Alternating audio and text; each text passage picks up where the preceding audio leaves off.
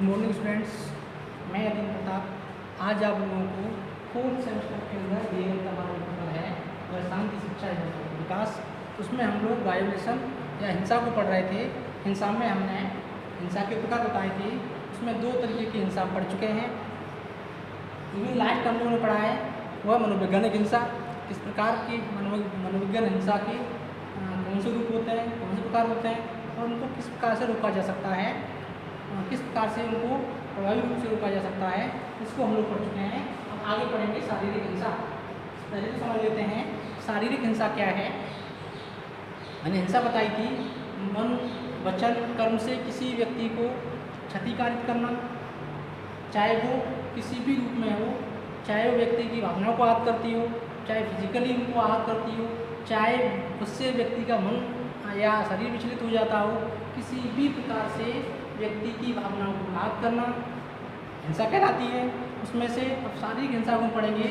किसी भी व्यक्ति को शारीरिक रूप से या भौतिक रूप से उसे कष्ट देना, उसको दुख देना, उसको पीड़ा पहुंचाना, ये क्या कहलाता है? शारीरिक हिंसा कहलाती है। शारीरिक हिंसा भी दो टाइप की होती है, दो प्रकार की होती है। हालांकि इसके कई रूप हैं लेकिन दो प्रकार की होती है। एक तो साधारण चोट होती है, इसको हम सिंपल हर्ट बोलते हैं या साधारण उपपत्ति बोलते हैं या साधारण चोट बोलते हैं। दूसरी होती है ग्रेविस हर्ट, वो होती है क्या बोलते हैं, गंभीर क्षति बोलते हैं जिसको, गंभीर शारीरिक क्षति जिससे जीवन को आसन संकट उत्पन्न हो जाता है या उसको जीवन खतरे में पड़ जाता है या जीवन के लिए बहुत ज़्यादा कष्टकारक होता है। और कोई भी व्यक्ति इस प्रकार की क्षति में जब ग्रेविस हर्ट कार्य की जाती है तो 20 दिन तक तीव्र शारीरिक पीड़ा में रहता है। इस प्रकार से दो प्रकार की शारीरिक क्षति होती है। उसमें पहला है शारीरिक हिंसा के जो रूप है उसको देख लेते हैं। शारीरिक चोट।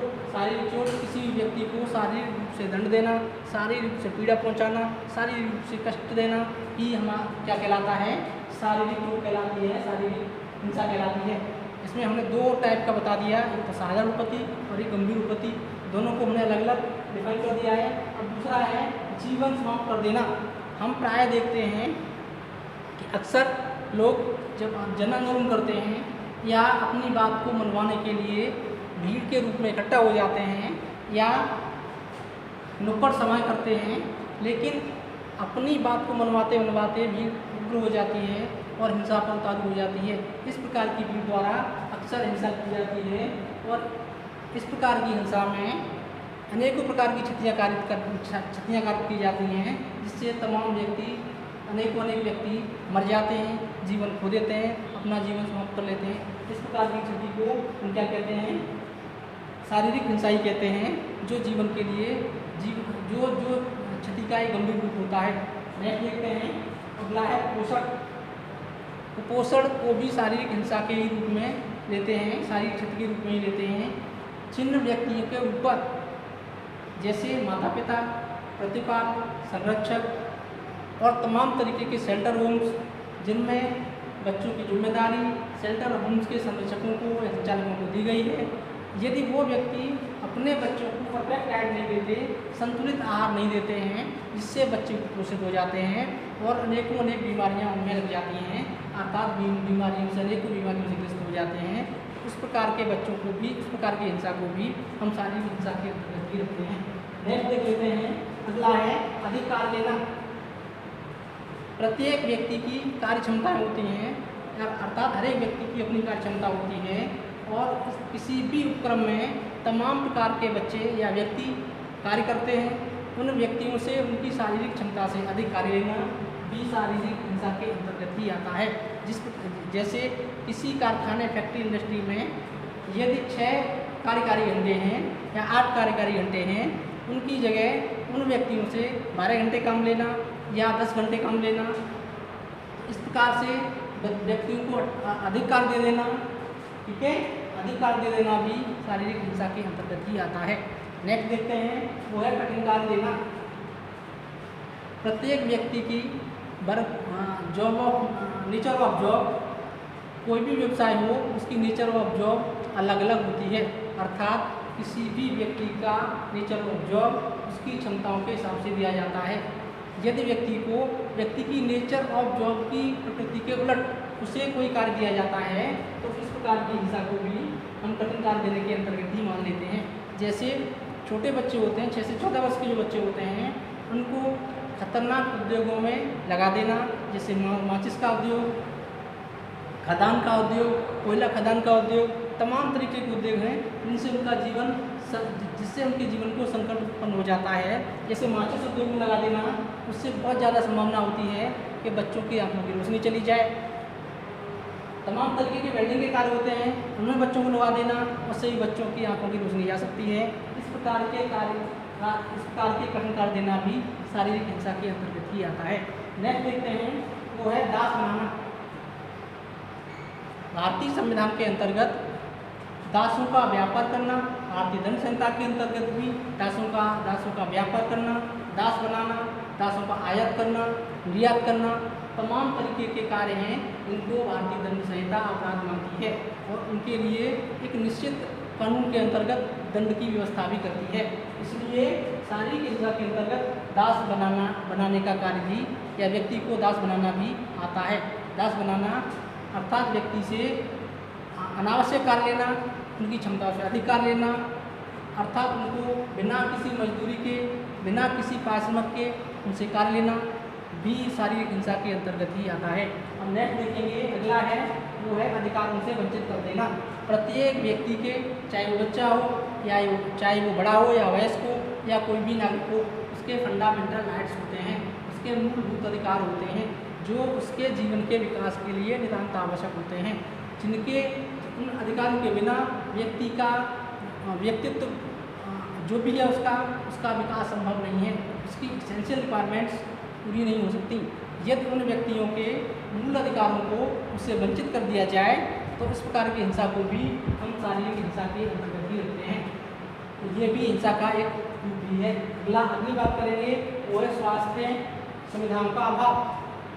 प्रत्येक व्यक्ति को, जैसे मैंने बताया, फंडामेंटल राइट होता है, उसको उसके स्वास्थ्य की देखभाल राज्य द्वारा की जाए, उसके प्रतिपालन और संरक्षकों द्वारा की जाए।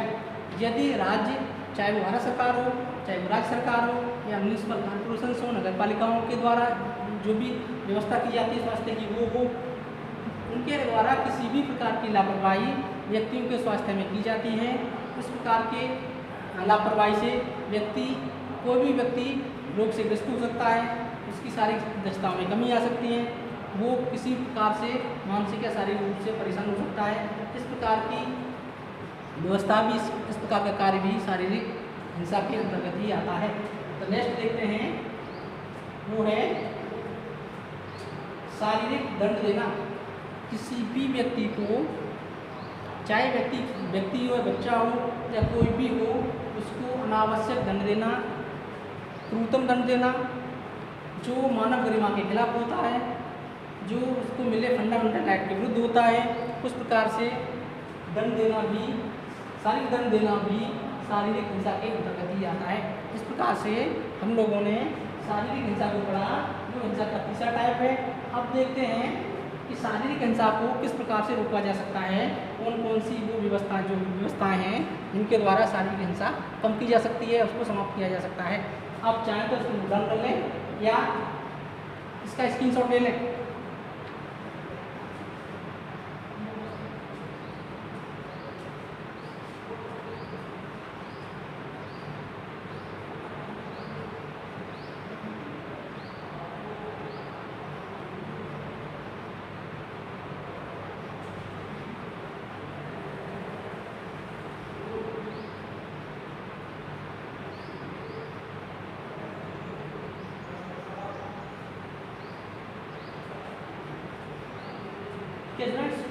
इसको मैं बता देता हूँ।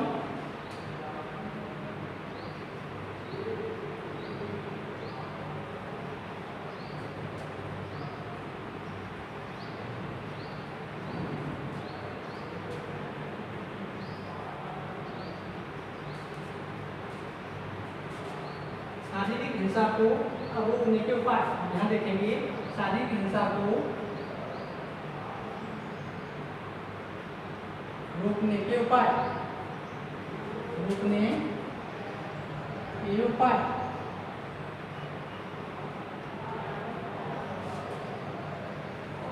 इसको देखते हैं। इसमें पहला तो है, हम लिखेंगे नहीं यहाँ पर, सिर्फ इसको हम क्या करेंगे, इसकी व्याख्या करेंगे या इसका इंटरप्रिटेशन करेंगे किस प्रकार से शारीरिक हिंसा को रोका जा सकता है। तो पहला जो उपाय है वो ये है कि बच्चे को प्राथमिक काल से ही प्रारंभिक शिक्षा जब उस बच्चे की शुरू की जाए उस समय से ही उसमें नैतिकता एवं मानवता के पाठ पढ़ाने चाहिए, ताकि उसका व्यवहार नैतिक हो, मानवता के अनुरूप हो और वो अपने संवेगों पर नियंत्रण स्थापित कर पाए, अर्थात उनके संवेग परिपक्व हो पाए। अर्थात जब व्यक्ति के संवेग परिपक्व हो जाएंगे, उसके सामने कोई भी परिस्थिति आए, चाहे कितना भी दबाव हो, चाहे कितना ही व्यक्ति परेशान हो, अपने संवेगों पर नियंत्रण रखेगा, किसी भी व्यक्ति को शारीरिक चोट नहीं पहुंचाएगा। नंबर 1 हो गया।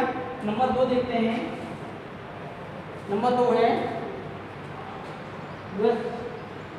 सभी कारखानों एवं मालिकों, मिल मालिकों, चाहे कारखाना हो, इंडस्ट्री हो, फर्म हो, फैक्ट्री हो, कोई भी प्रतिष्ठान हो, उन सभी के मालिकों को ये चाहिए कि जो 6 से 14 वर्ष के बच्चे हैं उनसे कोई भी जोखिमपूर्ण कार्य न लिया जाए, और जो भी व्यक्ति मैच्योर हैं, जो भी व्यक्ति वयस्क हैं, उनसे भी उनकी कार्य क्षमताओं के विपरीत कोई भी कार्य न लिया जाए। नंबर 3 देखेंगे, हम लिखेंगे नहीं यहाँ पर, ठीक है। 1 हो गया, 2 हो गया। नंबर 3 है किसी भी व्यक्ति को दास न बनाया जाए, किसी भी व्यक्ति से बिना पारिश्रमिक के कोई भी कार्य न लिया जाए। व्यक्ति को उतना पैसा अवश्य दिया जाए जितने रेशियो में उसने कार्य किया है या जितना उसने कार्य किया है, जिससे व्यक्ति को शारीरिक हिंसा नहीं होगी और किसी भी व्यक्ति के साथ मारपीट अर्थात शारीरिक चोट न पहुंचाई जाए। ये चौथा कारण हो गया। 5वां देखते हैं। 5वां कारण है प्रत्येक, चाहे बच्चा हो, चाहे व्यक्ति हो, चाहे मानव हो, प्रत्येक व्यक्ति के साथ सहानुभूतिपूर्ण व्यवहार किया जाए, प्रत्येक व्यक्ति की भावनाओं को समझा जाए, और जब एक व्यक्ति दूसरे व्यक्ति की भावनाओं को समझेगा तो उससे किसी भी प्रकार की हिंसा नहीं होगी, अर्थात इससे शारीरिक हिंसा को रोका जा सकता है। नेक्स्ट है प्रत्येक छात्र को प्राथमिक कक्षा से ही या प्रारंभिक शैक्षिक उसके काल से ही उसको सद्भावना, सहयोग जैसी तमाम मानवीय गुणों का विकास किया जाए, उनके चरित्र का एक अभिन्न अंग बना दिया जाए, जिससे प्रत्येक व्यक्ति दूसरे व्यक्ति का, जो भी व्यक्ति है उसकी समस्याओं में सहभागी होगा, उसकी समस्याओं का निदान करेगा और किसी भी प्रकार के संकट में उसकी सहायता करेगा। इस प्रकार से शारीरिक हिंसा को रोकने के कुछ उपाय थे जो मैंने आपको बताए हैं, ये बहुत महत्वपूर्ण है।